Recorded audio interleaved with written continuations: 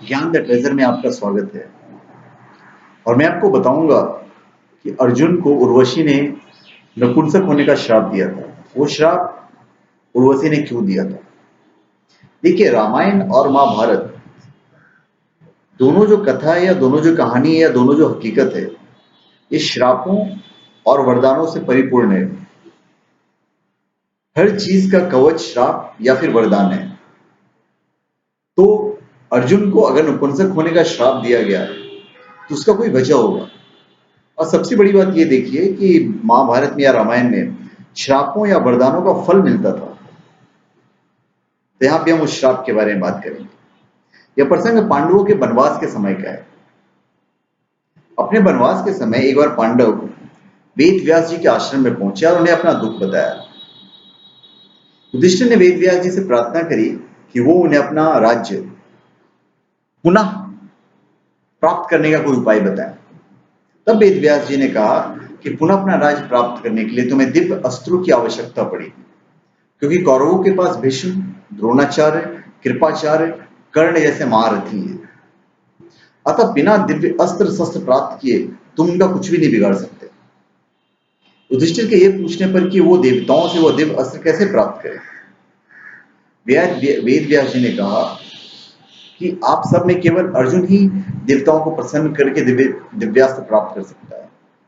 अतः अर्जुन को देवताओं को तपस्या करके प्रसन्न करना चाहिए। वेद व्यास जी के ऐसे वचन सुनकर अर्जुन तपस्या करने के लिए आगे अकेले ही रवाना हो गए। अर्जुन उत्तराखंड के पर्वतों को पार करते हुए एक अपूर्व सुंदर वन में जा पहुंचे। वहां के शांत वातावरण में भगवान शंकर की तपस्या करने लगे। उनकी तपस्या की परीक्षा लेने के लिए भगवान शंकर एक भील वेश धारण कर उस वन में आए।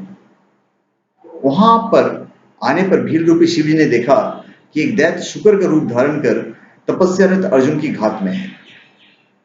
शिव जी ने उस दैत्य पर अपना बाण छोड़ दिया। जिस समय शंकर भगवान ने दैत्य को बाण देकर छोड़ा, उसी समय अर्जुन की तपस्या टूटी और दैत्य पर उसकी दृष्टि पड़ी। उन्होंने भी अपनी गांडीव धनुष उठाकर उस पर बाण छोड़ दिया। शुकर को दोनों बाण एक साथ लगे और उसके प्राण निकल गए। शुकर के मर जाने पर भील रूपी शिव जी और अर्जुन दोनों ही शुकर को अपने बाण से मरा होने का दावा करने लगे। दोनों के मध्य विवाद बढ़ता गया और विवाद ने युद्ध का रूप धारण कर लिया। अर्जुन निरंतर भील पर गांडीव से बाणों की वर्षा करते रहे, किंतु उनके बाण भील के शरीर से टकराकर टूटते रहे और भील शांत खड़े हुए मुस्कुराते रहे। अंत में उनकी तरफ से सारे बाण समाप्त हो गए। इस पर अर्जुन ने भील पर अपनी तलवार से आक्रमण कर दिया। अर्जुन की तलवार भी भील के शरीर से टकराकर दो टुकड़े हो गए। अब अर्जुन क्रोधित होकर भील से मल्ल युद्ध करने लगे। मल्ल युद्ध में भी अर्जुन भील के प्रहार से मूर्छित हो गए। थोड़ी देर पश्चात जब अर्जुन की मूर्छा टूटी तो उन्होंने देखा भील अब भी वहीं खड़े मुस्कुरा रहे हैं। भील की शक्ति देखकर अर्जुन को अत्यंत आश्चर्य हुआ और उन्हें भील को मारने की शक्ति प्राप्त करने के लिए शिव मूर्ति पर पुष्प माला डाली। किंतु अर्जुन ने देखा कि वो जो माला है वो शिव मूर्ति के पर पड़ने के जगह पे भील के कंठ में चली गई। इससे अर्जुन समझ गए कि भगवान शंकर ही भील का रूप धारण करके वहां पे उपस्थित हुए हैं। अर्जुन शंकर जी के चरणों में गिर पड़े। भगवान शंकर ने अपना असली रूप धारण कर लिया और अर्जुन से कहा, हे अर्जुन, मैं तुम्हारी तपस्या और पराक्रम से अति प्रसन्न हूं और तुम्हें पशु पत्याशस्त्र प्रदान करता हूं। भगवान शंकर अर्जुन को पशु पत्याशस्त्र प्रदान कर अंतर्धान हो गए।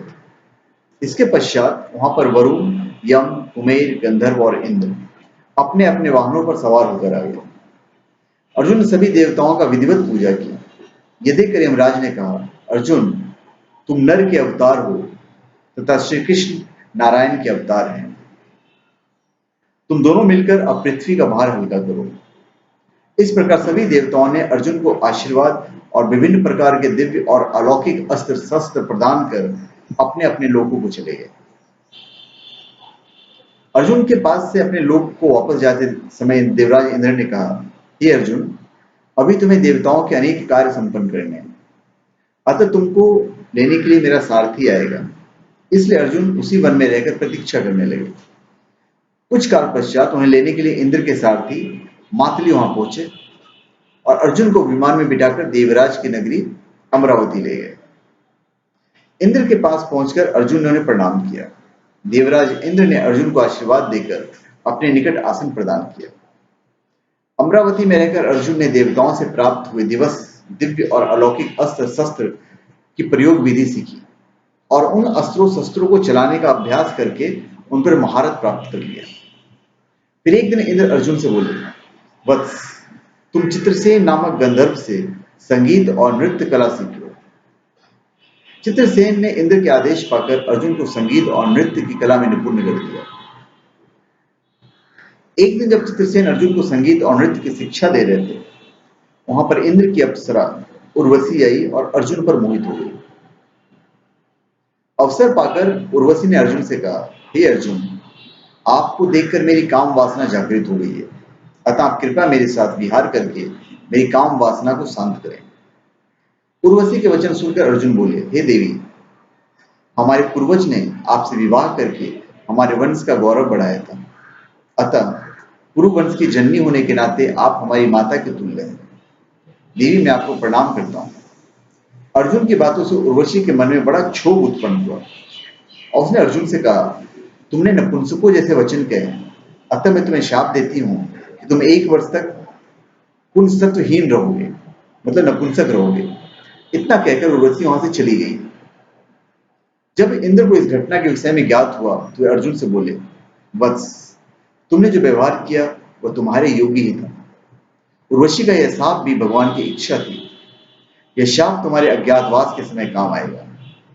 अपने 1 वर्ष के अज्ञातवास के समय ही तुम पुंसत्वहीन रहोगे और अज्ञातवास पूर्ण होने पर तुम्हें पुनः पुंसत्व की प्राप्ति हो जाएगी। इसीलिए अर्जुन बृहनला बने थे। इस शाप के कारण अर्जुन 1 वर्ष के अज्ञातवास के दौरान बृहनला बने थे। इस बृहनला के रूप में अर्जुन ने उत्तरा को 1 वर्ष नृत्य सिखाया था। उत्तरा विराट के राजा विराट की पुत्री थी, विराट नगर के राजा की पुत्री। अज्ञातवास के बाद उत्तरा का विवाह अर्जुन के पुत्र अभिमन्यु से हुआ। तो धन्यवाद। आप हमारे चैनल पे सब्सक्राइब करें और अपने कमेंट दीजिए। धन्यवाद।